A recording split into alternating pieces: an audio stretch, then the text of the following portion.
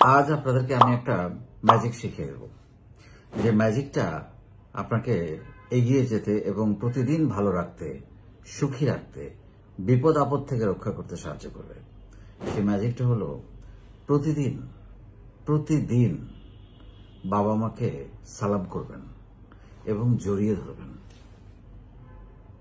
জড়িয়ে ধরে বলবেন যে মা, আমি তোমাকে অনেক ভালোবাসি।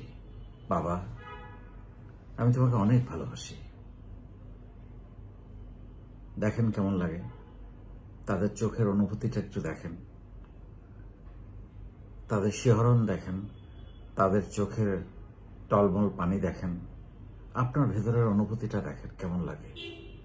বলেন, বিশ্বাস করেন, বলেন, দুনিয়া চেঞ্জ হয়ে যাবে। যদি বাবা মা পাশে না থাকে, আপনি দূরে থাকেন, বিদেশে থাকেন বা ঢাকায় থাকেন, বাবা মা গ্রামে থাকে, ফোন করে বলেন, মা, আমি তোমাকে অনেক ভালোবাসি। বাবা, তোমাকে আমি অনেক ভালোবাসি। বলেন, একটু পাগলামো মনে হবে, কিন্তু আপনি কল্পনা করতে পারবেন না যে ওই দিক দিয়ে কি ঘটে যাবে। তাদের আনন্দ, তাদের খুশি, তাদের তৃপ্তি দেখে আপনার বুকটা ভরে যাবে। অনেক সময় মেয়েরা একটু বড় হয়ে গেলে ভাবে যে কিভাবে জড়িয়ে ধরবো। ছেলেদেরও একই সমস্যা হয়, বাবা মাকে জড়িয়ে না ধরতে অনেক সময় একটা আড়ষ্টতা কাজ করে, যে অনেকদিন তো ধরা হয় না, কিভাবে ধরবো। আজকে থেকে শুরু করেন। আই টেল ইউ, আজকে থেকে শুরু করেন।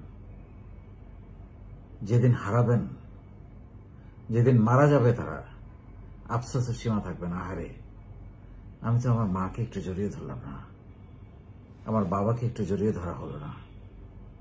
হয়তো কতটা শান্তি লাগতো, বুকটা চড়া হয়ে যেত বাবা মার, যে আমার সন্তান। বাবা মা কি চায় সন্তানের কাছে? বিশ্বাস করেন, কিচ্ছু চায় না। শুধু এটা জানতে চায় যে তার সন্তান তার বুকের মাঝে আছে, তার আছে, একটা আস্থা চায়। আপনি আপনার অর্থনৈতিক অবস্থা খারাপ দেখবেন, পৃথিবীর আর কেউ না মেনে নিক, আপনার বাবা মা মেনে নেবে সেটা। এই একটা সম্পর্ক যেখানে কোনো স্বার্থ নাই, এই একটা সম্পর্ক যেখানে আপনাকে ম্যাজিক দিতে পারে, বোনাস দিতে পারে, এবং সে বোনাসটা যদি প্রত্যেক মাসে হয়, প্রতিদিন হয়, সেটা কেমন হয়? এই বাবা মাকে আপনি যখন জড়িয়ে ধরবেন, আপনার ভেতরে যে একটা শীতল হাওয়া, একটা স্ফুরণ বয়ে যাবে, সেটা আপনাকে কোথায় নিয়ে যাবে আপনি কল্পনা করতে পারবেন না।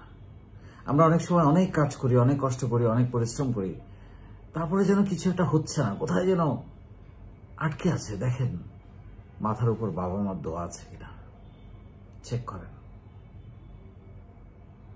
পৃথিবীতে একটা এক্সাম্পল কেউ দিতে পারবে না যে বাবা মাকে কষ্ট দিয়ে কেউ সুখে আছে, ভালো আছে।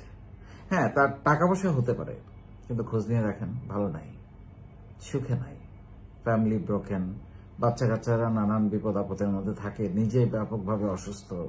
কি লাভ এই জীবনের?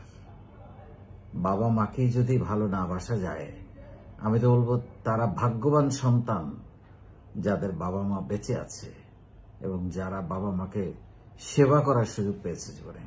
কারণ আপনিও একদিন বাবা মা হবেন, আপনিও চাইবেন আপনার সন্তান আপনাকে ভালোবাসুক, এরকম করে বলুক, বাবা, আমি তোমাকে অনেক ভালোবাসি। মা, তোমাকে আমি অনেক ভালোবাসি। আপনিও চাইবেন।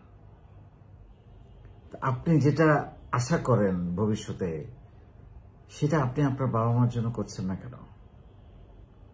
যেটা আপনাকে খুশি দিবে এই কাজটা করে, সেটা আপনি কেন করবেন না? আজই করেন, একটু দেরি করেন না। আর যারা মারা গেছে আমার বাবার মতো, তাদের জন্য তো দোয়া করা ছাড়া কিছু করার নেই আমাদের। কিন্তু বাবা মাকে জড়িয়ে ধরা বা ভালোবাসি টেলিফোনে বলা অথবা সামনাসামনি বলা, এটা মিস করেন না। বিশ্বাস করেন, যেদিন হারাবেন সেদিন আফসোসে শেষ থাকবে না।